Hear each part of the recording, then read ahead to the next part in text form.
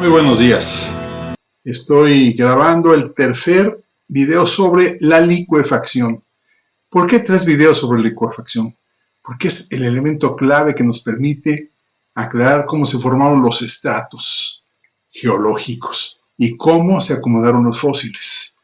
Esto es clave, porque esto nos explica que el diluvio universal fue una realidad y hay evidencia geológica sobre esto. Y el fenómeno para desarrollar esto se llama licuefacción. Entonces, explico en este tercer video todo lo referente a la licuefacción y la formación de estratos. Quiero mencionarles que es parte de la geomorfología. Voy a seguir después con más videos sobre geomorfología, porque hay muchísimas evidencias, más de 25, de que el diluvio universal existió tal como se menciona en el Génesis. Vamos pues a seguir trabajando evidencias científicas. Muchas gracias. El evento de compresión. Las hidroplacas deslizantes estaban casi perfectamente lubricadas por el agua que aún escapaba de debajo de ellas. El agua atrapada en bolsillos esponjosos en el piso y el techo de la cámara se exprimió lentamente. Las placas continentales se aceleraron lejos del Atlántico que se ensanchaba. Recordemos que la ruptura rodeó la Tierra y el agua subterránea que escapó amplió esa ruptura a un promedio de aproximadamente 2.000 kilómetros, tanto en el lado del Atlántico como en el Pacífico de la Tierra. Las placas luego se deslizaron lejos de la creciente dorsal del Atlántico medio y hacia esa brecha de 2.000 kilómetros de ancho en el lado Pacífico de la Tierra. El piso del Pacífico cayó simultáneamente a medida que el piso del Atlántico se elevó, empinando aún más el deslizamiento cuesta abajo y eliminando los obstáculos a la aceleración de las hidroplacas. Otros factores complican el movimiento. La ruptura no necesariamente se amplió en la misma magnitud a lo largo del camino. La dorsal oceánica, especialmente en el Pacífico, no seguiría exactamente el camino de la ruptura. Una placa grande que se mueve sobre la superficie de la Tierra es en realidad parte de una capa esférica que gira alrededor de un eje imaginario que pasa por el centro de la Tierra. Los puntos de la placa, en la placa lejos de los polos de ese eje, se mueven más lejos y más rápido que los que están cerca de los polos. Dependiendo exactamente de dónde comenzó a elevarse la dorsal mesoatlántica, las hidroplacas no necesariamente se deslizarían perpendiculares a toda la dorsal del Atlántico medio. De hecho, la placa de las Américas giró unos 10 grados en sentido de las agujas de reloj durante su deslizamiento y la placa europea, asiática, africana giró unos 10 grados en sentido contrario a las agujas de reloj. Eventualmente, las hidroplacas se encontraron con resistencias de dos tipos. El primero ocurrió cuando el lubricante de agua debajo de cada placa deslizante se agotó. El segundo ocurrió cuando una placa chocó con algo.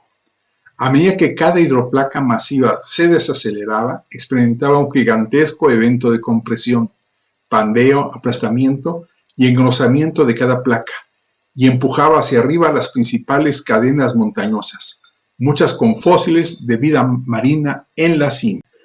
Las fuerzas de compresión aumentarían lo suficiente como para aplastar y engrosar la hidroplaca y empujar hacia arriba las principales cadenas montañosas y crear empujes en menos de una hora. En ese momento, el agua podría entonces drenar de los continentes engrosados y entrar en las cuencas oceánicas recién abiertas y muy profundas. Por cada kilómetro cúbico de tierra que se elevó de las aguas de la inundación, 1 kilómetro cúbico de agua de inundación se drenó. Comprimir un objeto largo y delgado no produce flexión ni desplazamiento hasta que la fuerza de compresión alcanza una cierta cantidad crítica. Una vez que se excede este umbral, se arquea repentinamente. Una mayor compresión lo arquea aún más. El pandeo de una hidroplaca en un punto también dobla las porciones adyacentes. Por lo tanto, las cadenas montañosas fueron empujadas hacia arriba por el aplastamiento de las hidroplacas. Cuando la compresión excedió la resistencia de aplastamiento del granito, la placa se engrosó y acortó. El colapso de la fuerza en la región aplastada aumentó la carga en las regiones adyacentes, haciendo que se aplastaran y la cadena montañosa se alargara. Por lo tanto, doblar y aplastar rápidamente levantó cadenas montañosas. Naturalmente, el eje largo de cada montaña doblada era generalmente perpendicular al movimiento de su hidroplaca, es decir, paralelo a la porción de la dorsal oceánica desde la que se deslizaba. Por eso, las montañas rocosas, los Apalaches y los Andes tienen una orientación norte-sur. Las fuerzas que actuaron durante este dramático evento no se aplicaron a continentes estacionarios que descansan sobre otras rocas. Las fuerzas eran dinámicas, producidas por hidroplacas que se desaceleraban rápidamente montadas en agua lubricante que aún no había escapado. A medida que las montañas se doblaban hacia arriba, el agua que quedaba debajo de las placas tendía a llenar los vacíos formados. Parte del agua acumulada todavía debe estar en capas de roca agrietadas y contorsionadas debajo de las montañas. Esto explica parcialmente la masa reducida debajo de las montañas que las mediciones de gravedad han mostrado durante más de un siglo. Mientras que la licuefacción operaba durante la fase de inundación, actuaba masivamente una vez durante el evento de compresión, al final de la fase de deriva continental. Cada hidroplaca de granito desacelerante actuó sobre la capa sedimentaria inferior, montada sobre la hidroplaca. Las capas sedimentarias de abajo hacia arriba actuaron a su vez para desacelerar las capas superiores. A medida que cada capa saturada de agua se desaceleraba, se comprimía severamente, similar a apretar repentinamente una esponja húmeda. Los sedimentos forzados a una disposición de empaque más densa liberaron agua. Las partículas sedimentarias fueron aplastadas o rotas, por lo que sus fragmentos llenaron los espacios entre las partículas, liberando aún más agua. El agua liberada, luego forzada a subir a través de los sedimentos, causó una licuefacción masiva. A medida que las capas sedimentarias se desaceleraban y comprimían, se volvían cada vez más fluidas. Eventualmente, algunas capas fueron tan fluidas que se produjo un deslizamiento por encima de ellas, por debajo de ese nivel. La compresión extrema y la licuefacción hicieron que los fósiles flotaran y se acumularan en este nivel acuoso donde se estaba produciendo el deslizamiento. Una superficie de deslizamiento importante ahora se llama límite cámbrico-precámbrico. Los fósiles se encuentran casi exclusivamente por encima de esta interfaz. Por lo tanto, los evolucionistas interpretan el precámbrico como aproximadamente el 90% de todo el tiempo geológico, un vasto periodo, creen, antes de que la vida evolucionara. Pocos metros por encima de esta interfaz global se encuentran representantes de todos los filos animales y vegetales. Esto representa un gran problema para los evolucionistas. ¿Cómo y por qué tanta vida evolucionó tan rápido? Un fenómeno que los evolucionistas llaman explosión cámbrica. Una vez más, los evolucionistas no son conscientes de la licuefacción global y masiva y miden erróneamente el tiempo por capas sedimentarias y sus fósiles. En el Gran Cañón de Colorado, la interfaz cámbrica-precámbrica es una superficie casi plana y horizontal expuesta a 110 kilómetros sobre el río Colorado. Las capas por encima de la interfaz cámbrico-precámbrica son generalmente horizontales, pero las capas inferiores están inclinadas en ángulos grandes y sus bordes inclinados están biselados horizontalmente. A medida que comenzó el deslizamiento durante el evento de compresión, las capas abajo del plano de deslizamiento continuaron comprimiéndose hasta el punto donde se inclinaron. El bloque sedimentario deslizante sobre el plano de deslizamiento se desprendió de las partes superiores aún blandas de las capas inclinadas. Los evolucionistas tienen una interpretación diferente. Creen que las capas precámbricas con punta son restos de una antigua cordillera porque las montañas de hoy a menudo tienen capas de punta pronunciada. Las capas inclinadas están biseladas horizontalmente, por lo que los evolucionistas dicen que la cima de la montaña debe haberse erosionado.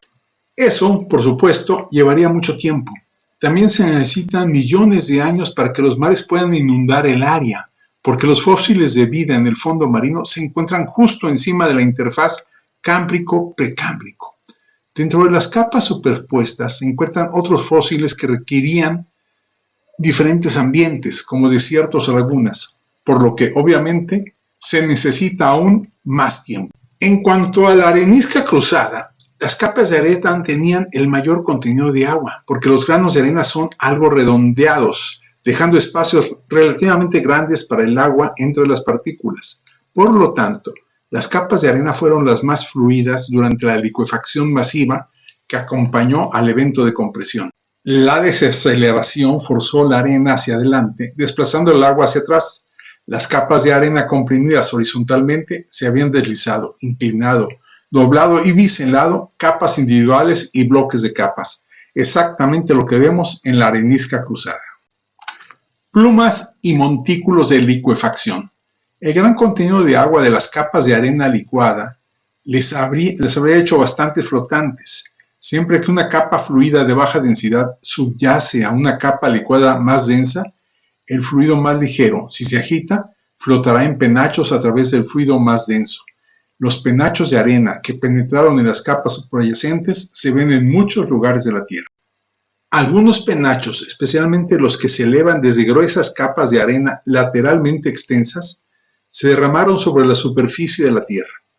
Este derramamiento se asemejó a la acción volcánica, excepto que la arena saturada de agua entró en erupción, no la lava. Pequeños montículos de licuefacción, como se les llamará, aparecen cuando se produce licuefacción durante los terremotos. Cientos de montículos de licuefacción se encuentran en cuencas, antiguos lagos posteriores al diluvio en el suroeste de Estados Unidos. ¿Por qué en las cuencas?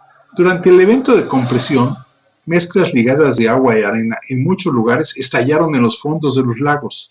Al estar rodeados e impregnados de agua, se habrían desplomado rápidamente en la forma de un cuenco al revés, un montículo de licuefacción. A medida que las aguas de la inundación se drenaban al final del diluvio, la mayoría de los montículos de licuefacción fueron barridos porque no tuvieron tiempo de ser cementados. Sin embargo, los montículos dentro de los lagos, o sea, en las cuencas, posteriores al diluvio, se cementaron a medida que cada lago se enfriaba y su sílice disuelta y carbonato de calcio se expulsaban de la solución. Si un lago más tarde se rompía y vertía su agua, los montículos cementados más grandes podrían resistir el torrente de agua que corría y conservar sus formas. Los montículos de licuefacción tienen agujeros en sus lados que muestran dónde escapó el agua interna. Los canales se han colapsado, excepto cerca de la superficie del montículo, donde hubo mucho menos estrés de colapso. Esos agujeros ahora parecen marcas de picadura. Algunos han afirmado que son características de erosión del viento y de la lluvia. Obviamente, el viento y la lluvia suavizarían las marcas de golpes, no las harían. Además, estas marcas de picadura, que se llamarán respiraderos de agua, se encuentran solo en los lados de los montículos, no en las partes superiores donde deberían estar si la erosión externa los formó. Durante siglos después del diluvio, el agua se drenó de las montañas y acantilados. Las cuevas fueron talladas por el agua que fluía hacia afuera. Los nuevos habitantes del área buscaron y establecieron alrededor de estas abundantes fuentes de agua. Años después, a medida que las fuentes de agua disminuían, las comunidades se vieron obligados a irse. Las culturas prósperas, como los Anasazi y los habitantes de los acantilados, desaparecieron repentinamente de un área, lo que hizo que los antropólogos se preguntaran si la enfermedad, la guerra, el hambre o la sequía destruyeron esas antiguas comunidades. No, su agua simplemente se secó. Debemos reflexionar sobre cómo los dos principios defectuosos, el principio de superposición y el principio del uniformitarismo, produjeron siglos de confusión dentro de las ciencias de la Tierra. Sin comprender los poderosos eventos del diluvio que produjeron aleteo y licuefacción, uno tendría que asumir que los eventos lentos y relativamente uniformes que vemos hoy operaron a lo largo de la historia de la Tierra, uniformismo. Y dos, que cada capa sedimentaria y sus fósiles se establecieron secuencialmente en todo el mundo durante miles de millones de años, superposición. Por lo tanto, sin entender que las capas y los fósiles se clasificaron rápidamente por licuefacción durante el diluvio, la gente tuvo que asumir que se necesitaban miles de millones de años para que una sola célula producida mágicamente se desarrollara de alguna manera en todas las plantas y animales. Evolucionismo. Corregir estos errores, ahora arraigados en el tejido social del mundo, requerirá la voluntad de muchos de estudiar, educar a otros y seguir la evidencia donde quiera que conduzca. Finalmente, he concluido con la licuefacción. Pero lo más importante es cómo la ciencia dominante impide ver la realidad, cómo nos han enajenado por la creencia antirreligiosa, llevan a un dogma evolucionista que no tiene ningún fundamento y uniformista que menos tiene. Entonces, quitemos los dogmas, quitemos los paradigmas que no nos sirven y hagamos ciencia verdadera. Muchas gracias. Siguiente video, listos porque seguiremos trabajando los estratos, la formación de los estratos y su erosión. Vamos a ver la erosión. Gracias.